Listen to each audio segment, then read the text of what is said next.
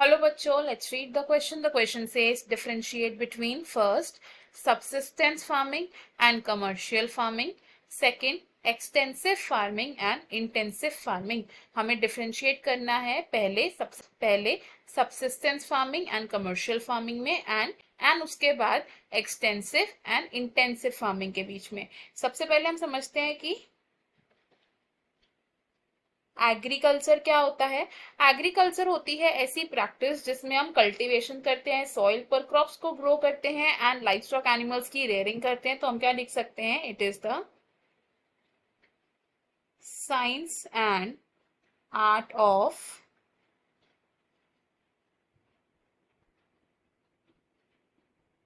Cultivation on soil, raising crops and rearing livestock. Agriculture को commonly हम farming भी बोलते हैं एंड ये दो तरीके का हो सकता है mainly, which is subsistence farming and commercial farming. First part में हम डिस्कस करेंगे about the differences between subsistence farming and commercial farming. एक साइड हम लिखेंगे about subsistence farming and second side हम लिखेंगे about the commercial farming. Subsistence farming में सिर्फ फार्मर की फैमिली जो होती है उनकी नीड्स को फुलफिल किया जाता है। Only needs of farmers family are fulfilled. लेकिन कमर्शियल फार्मिंग में क्रॉप्स को मेनली ग्रो किया जाता है for sale in market. Subsistence farming में क्योंकि सिर्फ फार्मर की फैमिली की ही नीड्स पूरी हो रही हैं तो it is a small scale production of crops. लेकिन कमर्शियल फार्मिंग क्या है, it is large scale production of crops. Subsistence farming में लो टेक्नोलॉजी का यूज किया जाता है, लो टेक्नोलॉजी का यूज किया जाता है and mainly household labour ही, यानी कि फार्मर की जो फैमिली होती है वही कंट्रीब्यूट करती है इन ग्रोइंग द क्रॉप्स। लेकिन कमर्शियल फार्मिंग में हम यूज करते हैं हाई टेक्नोलॉजी का by using large machines and techniques, because इस तरीके की फार्मिंग में हाई स्केल प्रोडक्शन होती है।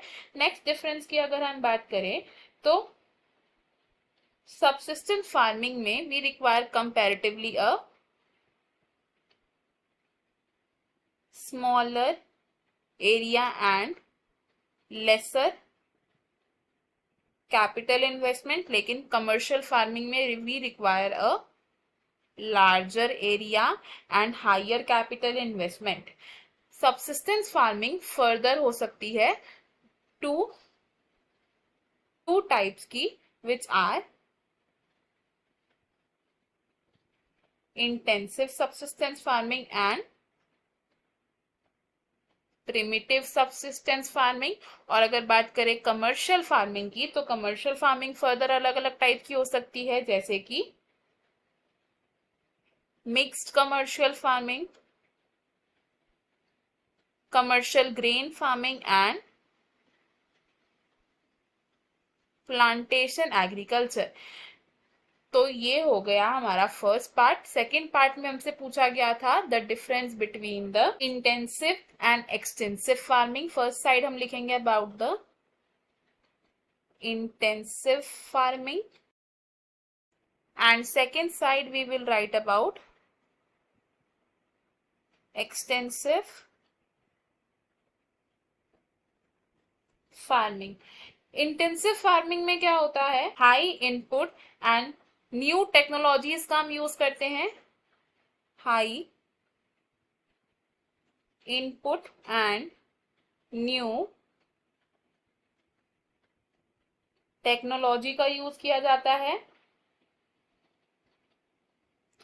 जबकि एक्सटेंसिव फार्मिंग में कंपैरेटिवली लेसर इनपुट होता है हमारा एंड न्यू टेक्नोलॉजीज का मेजरली यूज नहीं किया जाता। इंटेंसिव फार्मिंग को परफॉर्म किया जाता है इन थिकली